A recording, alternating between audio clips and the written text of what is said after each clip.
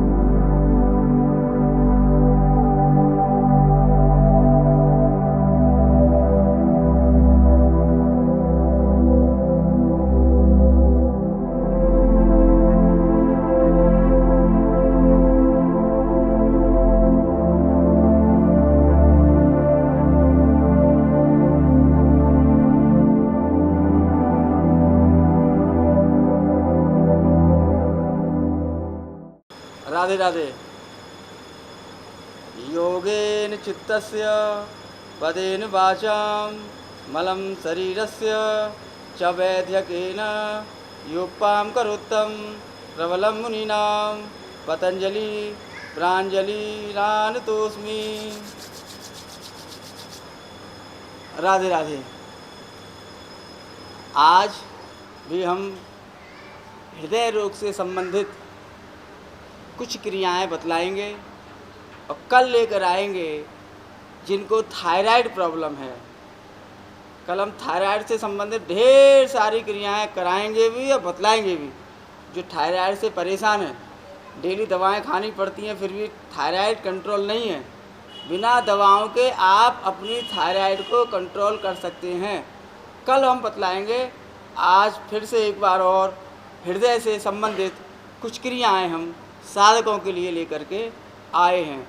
राधे राधे।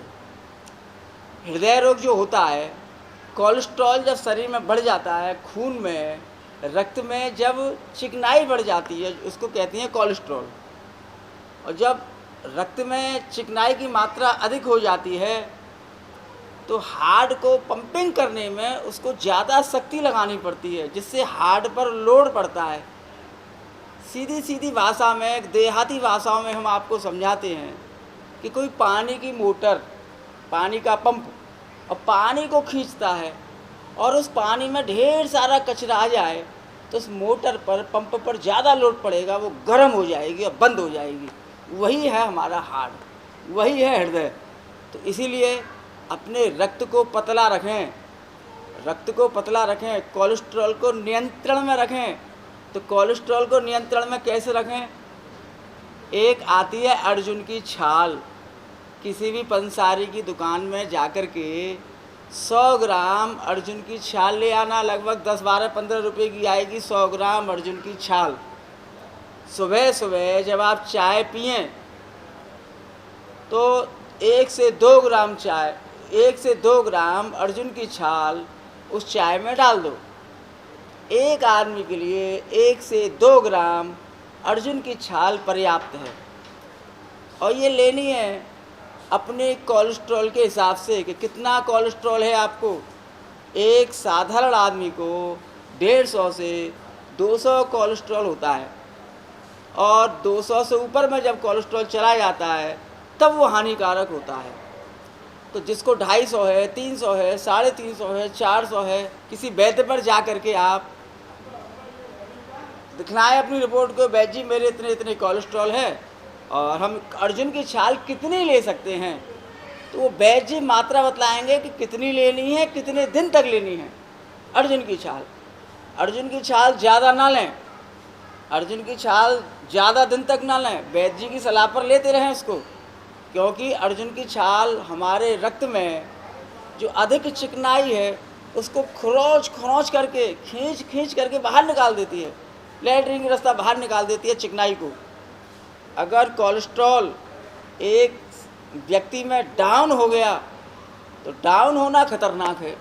तो कोलेस्ट्रॉल को डाउन भी नहीं होने देना है। ये मत समझना कि कोलेस्ट्रॉल को हम बिल्कुल ही ख़त्म कर दें। तो कोलेस्ट्रॉल ही हमारे शरीर की शक्ति है।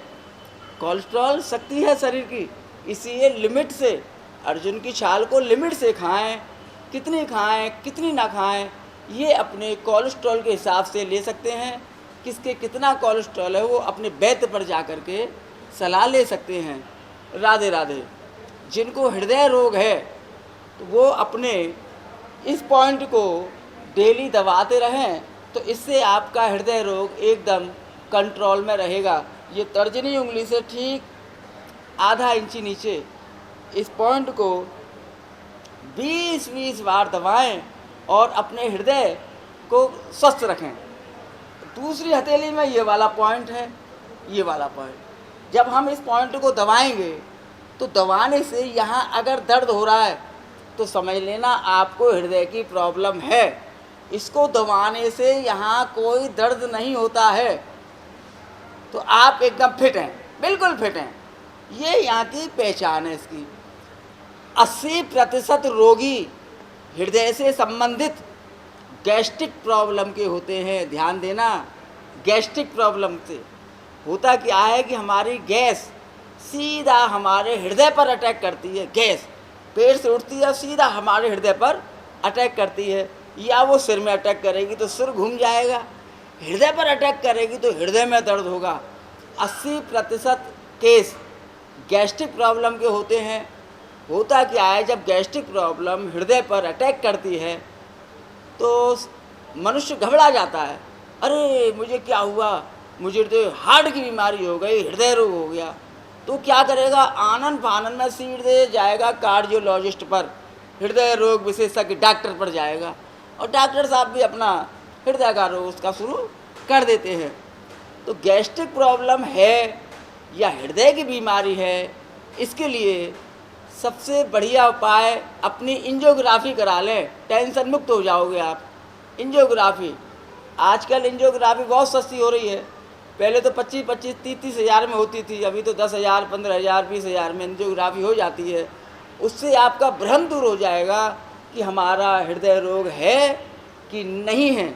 कम से कम जीवन भर आप टेंशन में तो नहीं रहेंगे। नहीं तो मालूम पड़ा कि इसको गैस्ट्रिक प्रॉब्लम है और दवा खा रहा है वो हृदय रोग की। तो हृदय रोगी हमने जितने भी देखे हैं वो प्राय डिप्रेशन में रहते हैं, हर समय चिंता रहती है। अरे हमको हृदय रोग है, पता नहीं कब अटैक हो जाए, कब अटैक हो जाए, कब अटैक हो जाए। भगवान का उतना नाम नहीं ले पाता है, उससे ज़्यादा वो हृदय पर ध्यान रखता है। तो उस तनाव से भी आप मुक्त हो जाएंगे।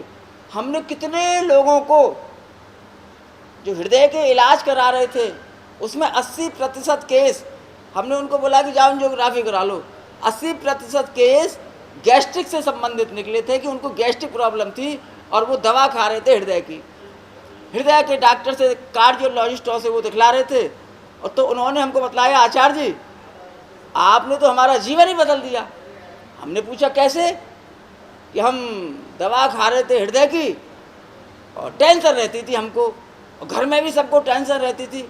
तो घर में किसी को रहे या ना रहे, लेकिन जिसको हृदय की बीमारी है तो पति पत्नी में तालमेल इतना अच्छा होता है कि पूरे जीवन भर का संग होता है उनका। उनको ज़्यादा टेंशन हो जाती है। अगर पति को है बीमारी तो पत्नी को भी ज़्यादा टेंशन, पत्नी को है तो उसके पति को टेंशन। इसीलिए या तो आप एंजियोग्राफी कराएं, नहीं तो इस पॉइंट को आप दबा करके घर में ही चेक कर लें कि हमको हृदय की बीमारी है कि नहीं। और हृदय की बीमारी है भी तो आप 15 से 20 बार, 25 बार, 30 बार इसको सुबह शाम दोनों पॉइंटों को आप दबा लें। और ये है अपान वायु मुद्रा। तर्जनी उंगली को अंगूठे की जड़ में लगा लेते हैं, तर्जनी उंगली को अंगूठे की जड़ में, मध्यमा और अनामिका को अंगूठे की अग्रभाग से। ये है अपान वायु मुद्रा। लेकिन ये मुद्रा कम से कम 45 मिनट करनी है, 45 मिनट। तो सबसे बढ़िया उपाय कि एक पंथ दो काज, कि भगवान का नाम सुमरन भी हो जाए। अगर आप किसी मंत्र से दीक्षित हो उस मंत्र का जाप करें। अगर दीक्षा नहीं ली है तो राधे कृष्ण कह करके किसी पीपल के पेड़ के नीचे बैठ करके इस मुद्रा में आप 45 मिनट बैठें। इस मुद्रा में बैठ कर ही आप प्राणायाम करें। हमने हृदय से संबंधित 3 प्राणायाम बतलाए थे। आज फिर से एक बार हम उनको रिपीट कर देते हैं। पिछले कल हमने बतलाया था हृदय रोगियों के लिए सदाबहार के पत्ते का रस। तो सदाबहार के पत्तों का रस 50 ग्राम सूर्य नारायण उदय होने से 15 मिनट पहले तक पी लेना है। 1 घंटे पहले भी पी सकते हो आप। सूर्य नारायण उदय होने के बाद नहीं पीना है, उससे पहले ही उसका 50 ग्राम रस 9 दिन पी लें। हृदय से संबंधित बीमारियां उससे दूर हो जाती हैं। बहुत अच्छे रिजल्ट आएंगे। 1 महीने के बाद साधक कहेगा कि हाँ, अब मैं एकदम फिट हूँ। तो सदाबहार का जो पत्ता है वो हृदय रोगों के लिए बहुत ही उत्तम पत्ता है। और सदाबहार उसका नाम इसलिए पड़ा, जो भी सदाबहार का रस 9 दिन पीता है वो साधक हमेशा सदाबहार रहता है। राधे राधे।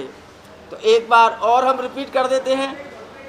पिछले कल भी हमने रिपीट किया था 2 दिन पहले कि रात्रि को सोते समय अधिक प्रोटीन वाली चीज़ें न खाएं। जैसे दाल है, उसमें बहुत ज़्यादा प्रोटीन होता है। दही है, बहुत ज़्यादा प्रोटीन होता है। चावल है, उसमें बहुत ज़्यादा प्रोटीन होता है। तो हृदय रोगी ज़्यादा प्रोटीन वाली चीज़ें भी रात्रि को न खाएं। दिन में खा सकते हैं। दाल भी हमेशा पतली खानी चाहिए। ध्यान देना, दाल हमेशा पतली खानी चाहिए। जो रोगी गाढ़ी दाल खाएगा तो दाल में प्रोटीन ज़्यादा होता है, और किडनी को प्रोटीन को पचाने के लिए ज़्यादा शक्ति लगानी पड़ती है।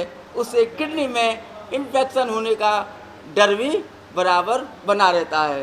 राधे राधे। आज पुनः फिर से हम हृदय रोगियों के लिए प्राणायाम और ध्यान और ताली की ये तीनों क्रियाएं रिपीट कर देते हैं, और आप प्रतिदिन उन क्रियाओं को करें और हृदय रोग से आप मुक्त हो जाएं। राधे राधे। सबसे पहले करेंगे हम साधारण प्राणायाम अपान वायु मुद्रा में। धीरे धीरे श्वास को खींचना। जितना देर में श्वास खींचा है उससे 4 गुना अधिक नहीं, 4 गुना नहीं, हृदय रोगी श्वास को खींचेंगे और छोड़ेंगे।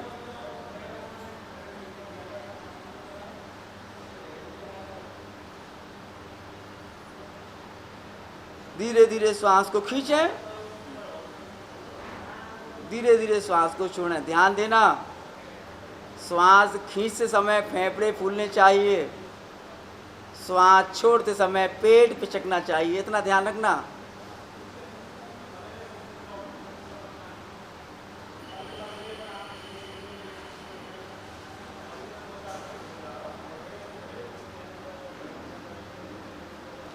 ये साधारण प्राणायाम। जब हम श्वास को खींचें फेफड़े फूलने चाहिए, तो श्वास को छोड़ें पेट पिचकना चाहिए। इससे हमारे हृदय को बहुत ढेर सारा ऑक्सीजन मिलता है, हमारे दिमाग को भी ढेर सारा ऑक्सीजन मिलता है, हमारे फेफड़ों को भी ढेर सारा ऑक्सीजन मिलता है। ये प्राणायाम दिल दिमाग फेफड़ों को तो मजबूत बनाता ही है, शरीर में भी एनर्जी देता है, रोग प्रतिरोधक क्षमता को भी बढ़ाता है। ये बहुत पावरफुल बना देता है मनुष्य को ये प्राणायाम। जैसे मान के चलो आप मोटरसाइकिल से जा रहे हैं और मोटरसाइकिल की पंचर हो जाए तो मोटरसाइकिल चलेगी नहीं, क्योंकि हवा निकल गई। उसी प्रकार से ऑक्सीजन है हमारे शरीर का। अगर ऑक्सीजन रहेगी शरीर में भरपूर तो आपके अंदर में शक्ति भी रहेगी भरपूर, और ऑक्सीजन की मात्रा कम होने से शरीर में तमाम बीमारियां लग जाती हैं। हृदय रोग भी उसी से संबंधित हो सकता है। राधे राधे। इसके बाद दूसरा करेंगे हम नाड़ी शोधन प्राणायाम। हमारे शरीर में 72,000 नाड़ियां हैं। हम अपने शरीर की 72,000 नाड़ियों को शुद्ध करने के लिए नाड़ी शोधन प्राणायाम करते हैं। ये भी हृदय रोगियों के लिए बहुत ही उत्तम क्रिया है, नाड़ी शोधन प्राणायाम। इसमें बाईं नासिका से श्वास को खींचना पड़ता है और उसी से छोड़ना पड़ता है। जिस नासिका से श्वास खींचेंगे उसी से छोड़ेंगे। एक बार बाईं से खींचेंगे, बाईं से छोड़ेंगे, दूसरी बार में दाहिनी से छोड़ेंगे और दाहिनी से छोड़ेंगे। तो ये एक चक्र हुआ। हृदय रोगी नाड़ी शोधन प्राणायाम को 20, 30, 40, 50 बार धीरे धीरे इसको आप संख्या को 50 बार तक ले जाएं और हृदय रोग से मुक्त हो जाएं। देखिए, धीरे धीरे श्वास खींचना, धीरे धीरे श्वास को छोड़ना।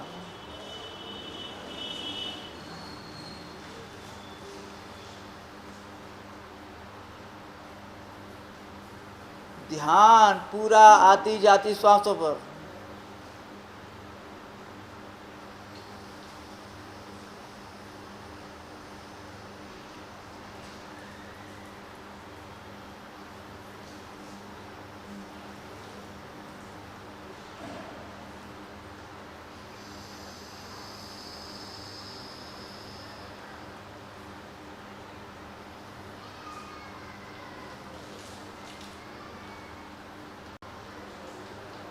ये नाड़ी शोधन प्राणायाम को आप अपनी दिनचर्या में प्रतिदिन लाएं। इसके बाद हम तीसरा प्राणायाम बताएंगे आपको, कपालभाति प्राणायाम।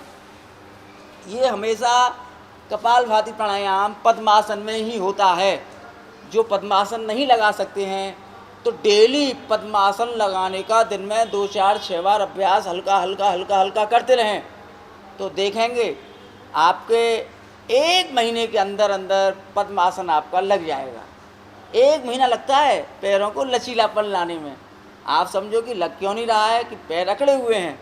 तो धीरे धीरे निरंतर डेली उसका 2 4 6 बार जब भी मौका मिले 1 2 बार अभ्यास कर लो तो आप पद्मासन लगाना सीख जाओगे। और ये जो कपालभाति प्राणायाम है ये पद्मासन में ही बेस्ट होता है। हम कपालभाति प्राणायाम में 19 स्ट्रोक लगाएंगे। 19 स्ट्रोक लगाने के बाद 20वीं बार इसमें त्रिबंध लगाएंगे। कल हम बारीकी से समझाएंगे त्रिबंध लगाने की विधि बारीकी से। आज हम हल्का विधि समझा रहे हैं, कल और बारीकी से समझाएंगे। इसमें आप पहले अपान वायु मुद्रा लगा लें और 19 स्ट्रोक लगाएंगे।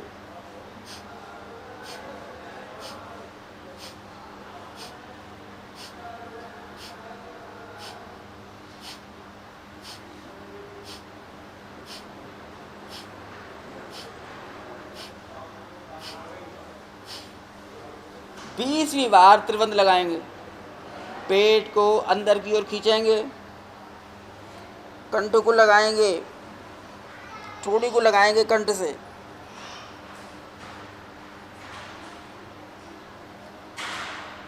एक बार और।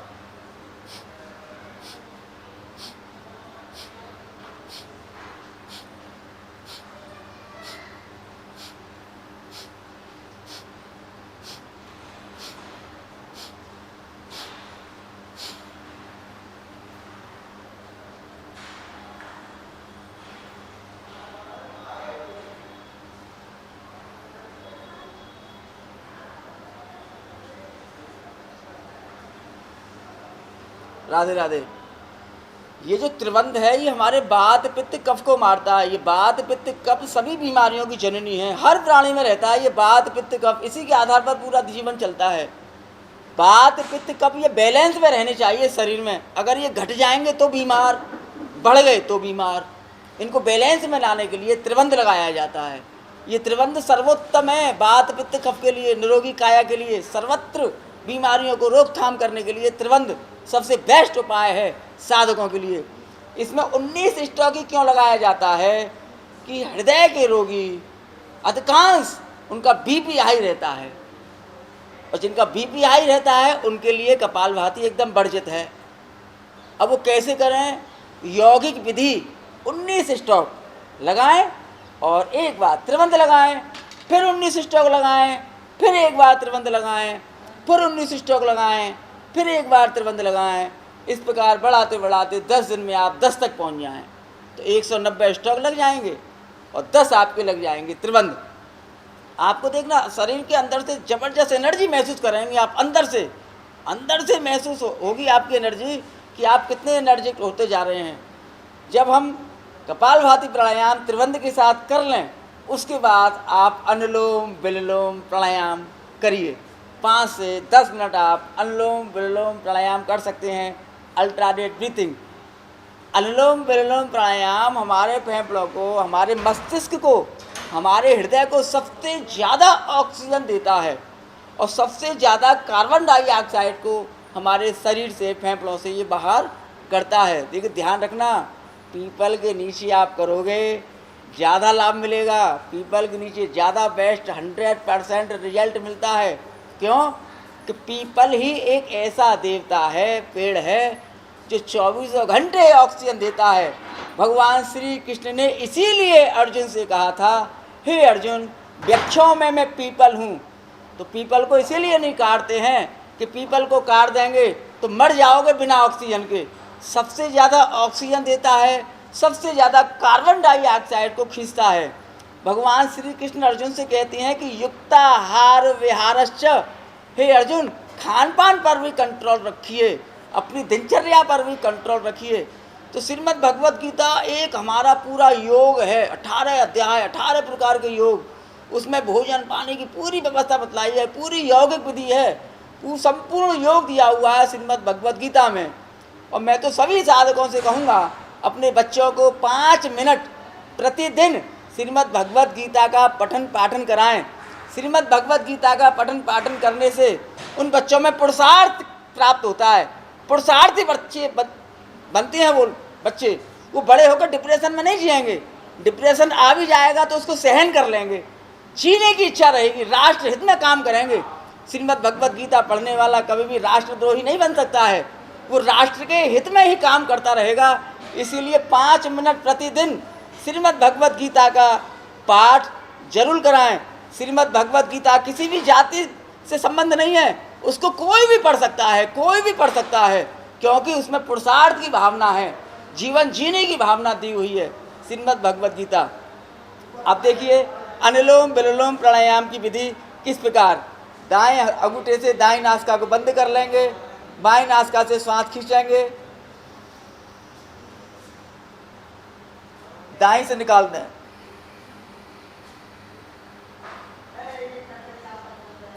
दाएं से खींचें, बाएं से निकाल दें। ये हुआ एक चक्र, एक चक्र। इस प्रकार हृदय के रोगी अनुलोम विलोम प्राणायाम को 5 से 10 मिनट करें तो आप देखेंगे बहुत अच्छा रिजल्ट निकलेगा। हृदय की बीमारियां से ठीक होती चली जाएंगी। ये सबसे ज़्यादा ऑक्सीजन देता है हमको जो हृदय के रोगी हैं। राधे राधे। लेकिन ध्यान रखना, पीपल के नीचे बैठ के करेंगे तो ज़्यादा लाभ मिलेगा, क्योंकि पीपल सबसे ज़्यादा ऑक्सीजन देता है। अब हम करवाएंगे ताली। 10 विधि बतलाएंगे ताली बजाने की। सर्व रोग विनाशक औषधि है वो तालियां। हृदय रोग को बिल्कुल जड़ से ख़त्म कर देती है। हृदय रोग के साथ साथ जितने भी शरीर में रोग लगे हुए हैं उन सभी रोगों का विनाश कर देती है ये तालियां। क्योंकि कुछ साधकों की शिकायत आती है कि हम ना तो प्राणायाम कर पाते हैं, ना टहल पाते हैं, ना आसन कर पाते हैं, हम कुछ भी नहीं कर पाते हैं। तो हमने उनके लिए ताली का उपाय बतलाया है। हमने ये ताली इंदौर गए, वहाँ से लेकर आए। ये ताली बजाना हम बिहार से सीख कर आए। ये ताली बजाना हम दिल्ली से सीख कर के आए। और भी जो देश के जाने माने बड़े बड़े योगाचार्य हैं, योगाचार्य श्री चंद्रभान जी, इनसे सीखा। आचार्य श्री भारत भूषण जी, उनसे सीखा। आचार्य श्री भगवान देव जी, उनसे हमने ये सीखा। तो हमने सबको इकट्ठा कर लिया, मिक्स कर करके एक रूप दे दिया है। किसी से 2, किसी से 3, किसी से 4। तो हमने अभी तक 10 ही सीखी हैं, तो आपको भी हम 10 सिखला रहे हैं। राधे राधे। सबसे प्रथम ये ताली हमारे हथेलियों में, हमारी उंगलियों में, हमारे जो हथेली के बराबर में ये ब्लेड है, यहाँ ये सब शरीर के बीमारियों के पॉइंट हैं। तो ताली बजाने से वो सभी पॉइंट बहुत अच्छे वाइब्रेट करेंगे, दबेंगे, कंपन करेंगे। उससे हम स्वस्थ होते चले जाएंगे।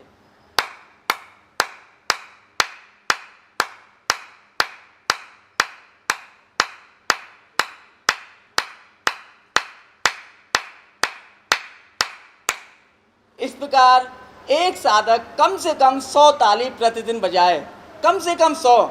अगर शक्ति सामर्थ्य है तो इसको 200 तक भी आप ले जा सकते हैं। इसके बाद ये ब्लेड, ये 20 से 30 बार कम से कम प्रतिदिन इसको ब्लेडों को, क्योंकि यहाँ पर कमर के रोग का पॉइंट है बीच में, और भी तमाम इसके रोग के पॉइंट हैं।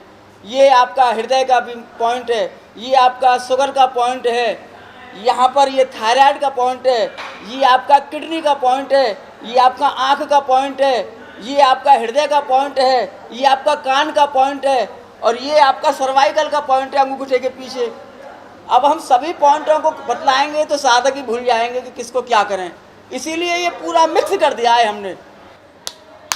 नंबर दो ये, नंबर 3 अंगूठा मुक्का बनाए और इस प्रकार हथेली में इसको मारें। ये भी 20 से 30 बार आप डेली कर सकते हैं।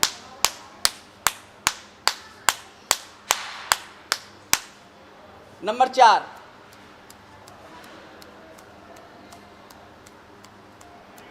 नंबर 5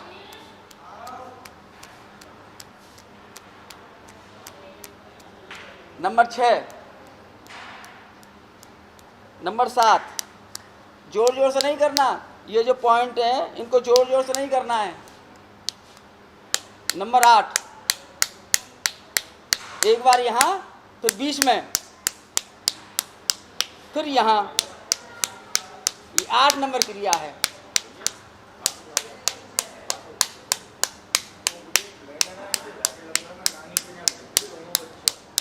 तो यहाँ नंबर 9 ये हाथ की कटोरी बना लेना, ऐसे नहीं, कटोरी थप्पी नहीं मारनी है, कटोरी ये यहाँ, फिर यहाँ। नंबर 10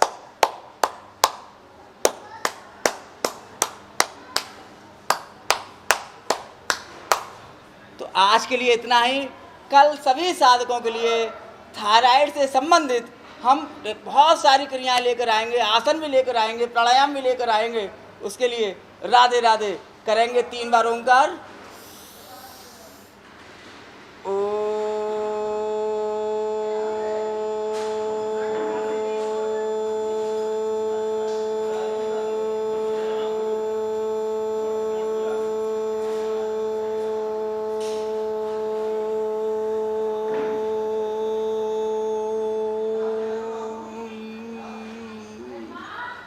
ओंकार करते समय पेट पे सिकना चाहिए।